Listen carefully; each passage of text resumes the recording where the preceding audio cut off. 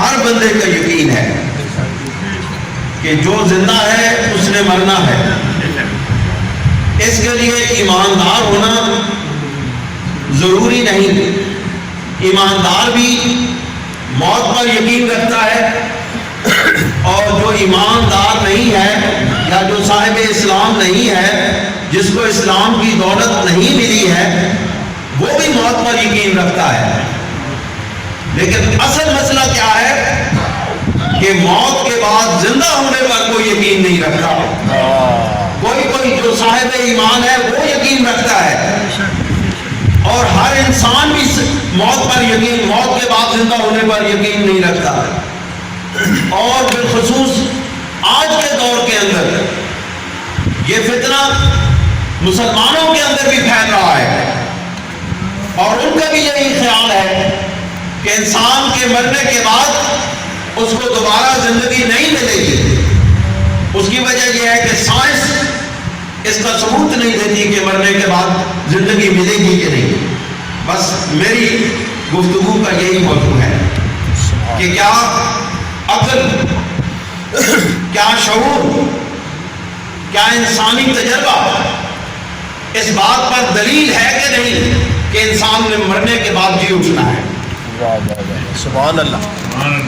اور یہ کوئی موت کے بعد، مرنے کے بعد دوبارہ جی اٹھنے کا سے انکار کا نظریہ، یہ صرف آج کے دور کی بات نہیں ہے، یہ میرے سرکار کے دور کی بات سے چلی آ رہی ہے.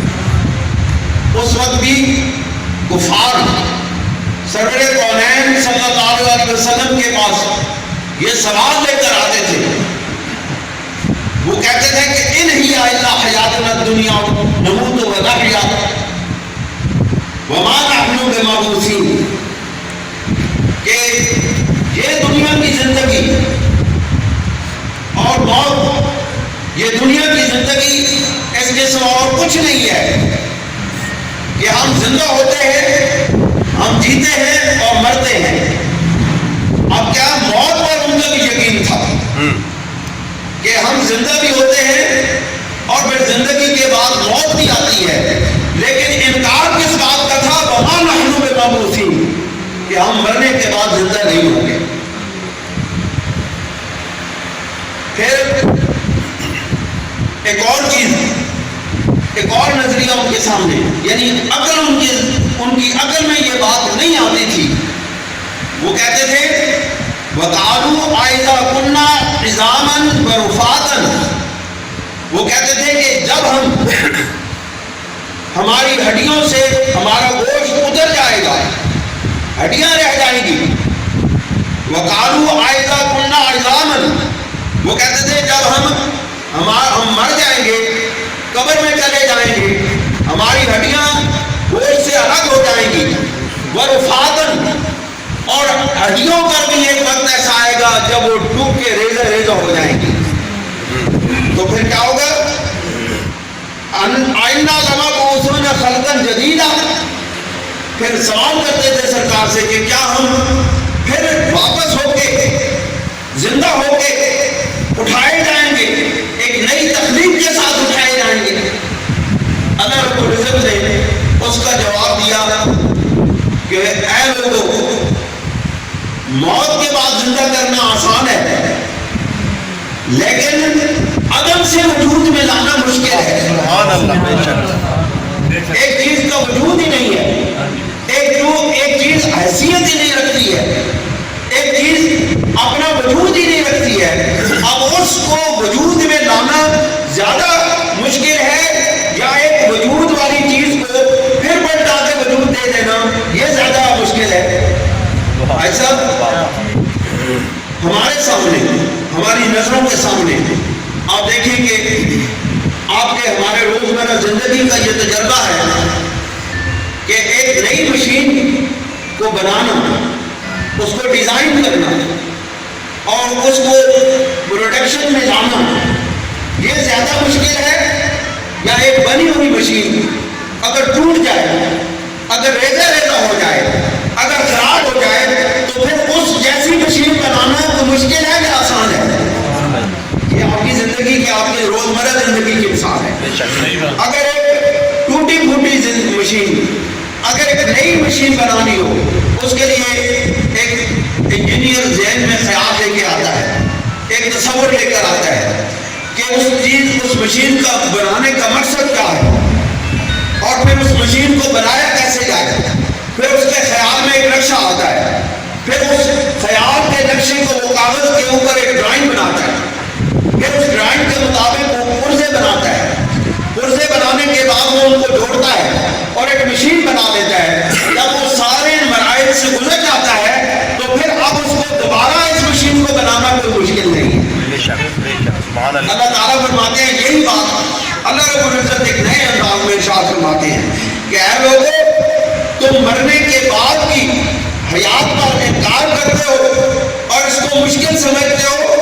میں تو وہ ہستی ہوں، میں تو وہ ذات ہوں جس نے تمہیں عدم سے وجود میں لایا تھا، جب تمہارا کوئی نقشہ نہیں تھا، جب تمہارا کوئی خیال نہیں تھا، جب تمہارے اس وجود کے مطابق کوئی ڈرائنگ موجود نہیں تھی، کوئی مثال موجود نہیں تھی. میں نے تمہیں اس بغیر کسی مثال کے، بغیر کسی ڈرائنگ کے تمہارا وجود بنا لیا. اب تم کس بات کا انکار کرتے ہو کہ میں تمہیں دوبارہ نہیں بنا سکتا؟ سبحان اللہ، سبحان اللہ. اللہ کریم نے، حاجی صاحب اللہ کریم نے، آپ دیکھیں میرا آپ سے ایک سوال ہے. حضور سرور دو عالم صلی اللہ علیہ وسلم کے زمانے میں کوئی سائنس یونیورسٹی تھی، کوئی کالج تھا، کوئی پریکٹیکل ہوتا تھا، کوئی لیبارٹری تھی؟ کچھ بھی نہیں تھا. آپ دیکھیں جب لیبارٹری نہیں تھی، جب کوئی سائنس کی تھیوری موجود نہیں تھی، جب کوئی اور چیز موجود نہیں تھی، اس وقت سرکار دو جہاں صلی اللہ علیہ وسلم آج سے 250 سال پہلے جس مقام پر انسانیت پہنچی ہے، اگر سرور دو عالم صلی اللہ علیہ وسلم آج سے 1500 سال پہلے اس چیز کو بتائیں تو پھر ہمیں ماننا پڑے گا کہ سرکار کی بات سائنس سے اوپر ہے، کسی لیبارٹری کی تجربات سے اوپر ہے، کسی اور بات سے اوپر ہے. لہذا جب سرکار کی بات موجودہ زمانے کی عقل اس کو پروو کرتی ہے، سائنس اس کو پروو کر رہی ہے، انسان اس دلیل کو مان رہا ہے، تو پھر لازمی بات ہے کہ سرکار کی ہر بات کو سچ ماننا پڑے گا. دیکھیں میرے آقا علیہ الصلوۃ والسلام نے قرآن مجید میں اللہ رب العزت نے ارشاد فرمایا، سرکار نے ہمیں بات بتائی. قرآن حضور کی بات ہے، قرآن مجید سرکار کی زبان سے نکلے ہوئے الفاظ ہیں. در حقیقت قرآن اللہ کا کلام ہے، لیکن یہ کلام نکلا ہوا سرکار کی زبان سے ہے. سبحان اللہ. لہذا اگر کوئی بات عقل کی دلیل کے اوپر اس وقت کے لوگوں نے نہیں سمجھی اور آج کے لوگوں نے سمجھی ہے، تو اس کا یہ مطلب ہے کہ اس وقت بھی انسانیت عقل کی دلیل پر پہنچنے سے آ رہی تھی، اور آج بھی انسانیت عقل کی وجہ سے حد پر نہیں پہنچ سکتی ہے. آج بھی اس کو دامن مصطفیٰ پکڑنا پڑے گا. سبحان اللہ، سبحان اللہ. آج بھی اس کو حضور کی بارگاہ میں جانا پڑے گا ہدایت کے لیے. سرکار کی ہدایت کے بغیر، سرکار کی نور کی روشنی کے بغیر انسان ہدایت نہیں پا سکتا ہے. بے شک انسان کتنا عقل مند ہو جائے، بے شک انسان علم کی کتنی معراج پر پہنچ جائے، لیکن اس وقت تک انسان کو ہدایت نہیں مل سکتی جس وقت تک وہ سرکار کی بارگاہ میں نہ آئے. قرآن مجید کی ایک آیت ہے جس کو آج سے 250-300 سال پہلے انسانیت نے سمجھا. ہمارے آقا و مولا حضور نبی کریم علیہ الصلوۃ والسلام نے بزبان قرآن اس کو 1400 سال پہلے بیان فرمایا.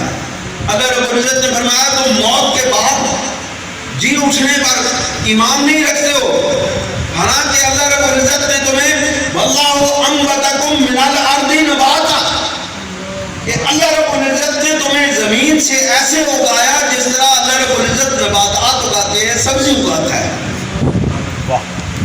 اللہ تعالیٰ نے انسانیت کی پہلی جو تخلیق اول ہے، انسان جب بنایا گیا وہ مٹی کے اندر بعد میں آیا. یہ مٹی کے اندر سے، زمین کے اندر سے. اب اللہ رب العزت نے پہلے، وہ بات لمبی ہو جائے گی، میں مختصر کرنا چاہتا ہوں. اللہ رب العزت نے پہلے کہا تھا نا کہ میں نے تمہیں زمین سے پیدا کیا. اللہ رب العزت نے کہا تھا میں نے تمہیں مٹی سے پیدا کیا. اب وہ مٹی سے اللہ رب العزت نے فرمایا کیسے پیدا کیا مٹی سے؟ اگر حیران ہے کہ مٹی سے وجود کیسے تخلیق ہو سکتا ہے. اللہ کریم نے فرمایا واللہ انبتکم من الارض نباتا. یہ سورہ نوح کی 17ویں آیت ہے. اللہ کریم فرماتے ہیں میں نے تمہیں زمین سے مٹی سے اس طرح اگایا جس طرح نباتات اگائی جاتی ہیں.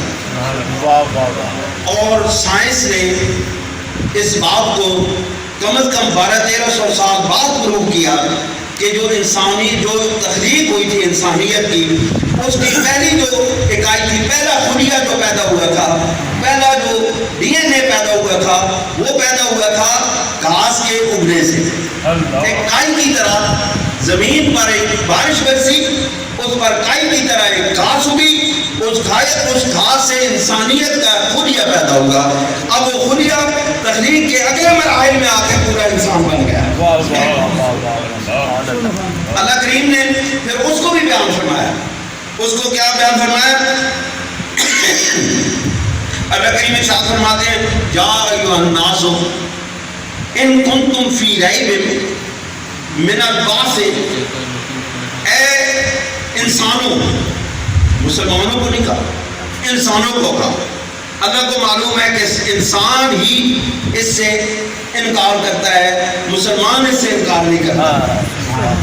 ایمان والا دوبارہ جی اٹھنے سے انکار نہیں کرتا، انسان انکار کرتا ہے. اس لیے اللہ تعالیٰ نے فرمایا کہ جو انسان کو کیوں مخاطب کیا، اس میں معرفت کیا ہے؟ اس میں یہ معرفت الہی ہے کہ جو شخص بھی اللہ رب العزت کے اس حکم کو، یعنی اس مرنے کے بعد جی اٹھنے سے انکار کرتا ہے، وہ ایمان سے نکل کے انسانیت کے اندر داخل ہو جاتا ہے. یا ایھا الناس ان کنتم فی ریب من البعث. اے انسانوں، اگر تم دوبارہ جی اٹھنے سے، مرنے کے بعد جی اٹھنے سے شک میں ہو تو پھر اس شک کو دور کرو. کیوں؟ اس وجہ سے کہ فَإِنَّا خَلَقْنَاكُم مِّن تُرَابٍ، کہ بے شک ہم نے تمہیں مٹی سے پیدا کیا. ثُمَّ مِن نُطْفَةٍ، پھر ہم نے تمہیں پانی سے، اس کو پانی میں کنورٹ کیا. ثُمَّ مِن نُطْفَةٍ ثُمَّ مِن عَلَقَةٍ، پھر ہم نے اس کو خون کی شکل دی. ثُمَّ مِن مُضْغَةٍ مُخَلَّقَةٍ وَغَيْرَ مُخَلَّقَةٍ، پھر ہم نے اس کو ایک لوتھڑے کی شکل دی، اور لوتھڑے کی شکل دینے کے بعد بھی اس کو تخلیق کیا، ایک مخلوق کی شکل دی یا غیر مخلوق، یا وہ ویسے ہی لوتھڑا ضائع ہو گیا. اب دیکھیں سائنس پچھلے 250-300 سال سے پہلے ایمبریالوجی کی اس تخلیق، اس مراحل کو، اس ارتقاء کو 300 سال پہلے سمجھی ہے. 300 سال پہلے سے ایمبریالوجی کا وجود نہیں تھا. یہ میرے حضور سرور دو عالم صلی اللہ علیہ وسلم نے اپنے اللہ رب العزت سے وحی پا کر ہمیں اس طرح بتایا کہ انسانیت تخلیق کیسے ہوئی. پہلا خلیہ گھاس کی شکل میں وجود میں آیا، پھر اللہ رب العزت نے اس کو جو ہے نا دیگر مراحل سے گزارتے ہوئے ایک انسانیت کی شکل دے دی. پھر اب کیا ہوا؟ پھر انسان فوت ہو گیا، پھر انسان مر گیا. حضور سرور دو عالم صلی اللہ علیہ وسلم نے مرنے کے بعد جی اٹھنے پر ایک ایسا خوبصورت ارشاد فرمایا ہے سبحان اللہ، کہ اس پورے بات کو، یا وہ طریقہ کار یا وہ صورتحال جس سے انسان دوبارہ جی اٹھے گا، وہ کس طرح جی اٹھے گا؟ وہ مرنے کے بعد جب اس کی ہڈیاں ریزہ ریزہ ہو جائیں گی، جب گوشت نہیں رہے گا، جب ہر چیز مٹ جائے گی اور انسانی وجود قبر کے اندر ختم ہو جائے گا، پھر وہ کیسے دوبارہ اٹھے گا؟ اس صورتحال کو سرکار دو جہاں صلی اللہ علیہ وسلم نے ارشاد فرمایا. حضور صلی اللہ علیہ وسلم ارشاد فرماتے ہیں، حضرت ابو ہریرہ سے یہ روایت ہے، آپ فرماتے ہیں کہ ما بین النفختین اربعون، کہ ایک نفخہ سے پہلے، ایک نفخہ، پہلا نفخہ یعنی پہلے سور پھونکے جانے سے پہلے، پہلے سور پھونکے جانے کے بعد اور دوسرے سور پھونکے جانے کے درمیان میں 40 کا وقفہ ہے. یعنی پہلے حضرت اسرائیل علیہ السلام جب سور پھونکیں گے، جو دیگر حدیث کے اندر یہ بات موجود ہے کہ پہلے جب سور پھونکیں گے سارے انسانیت کے اندر، ساری زمین آسمان کے اندر ایک قیامت برپا ہوگی، ساری چیزیں مٹ جائیں گی، اور پورے وہ ہولناکیاں قرآن مجید کے اندر موجود ہیں، جن کو چاہیے وہ وہاں سے دیکھ سکتا ہے۔ پھر سرور دو عالم صلی اللہ علیہ وسلم نے فرمایا، پھر لوگوں نے پوچھا قالوا یا ابا ہریرہ اربعون یوما، کہ کیا وہ 40 دن کا وقفہ ہوگا ایک سور اور دوسرے سور کے پھونکے جانے کے درمیان؟ حضرت ابو ہریرہ نے فرمایا قال ابیت، مجھے اس کے بارے میں علم نہیں، میں کچھ نہیں کہہ سکتا۔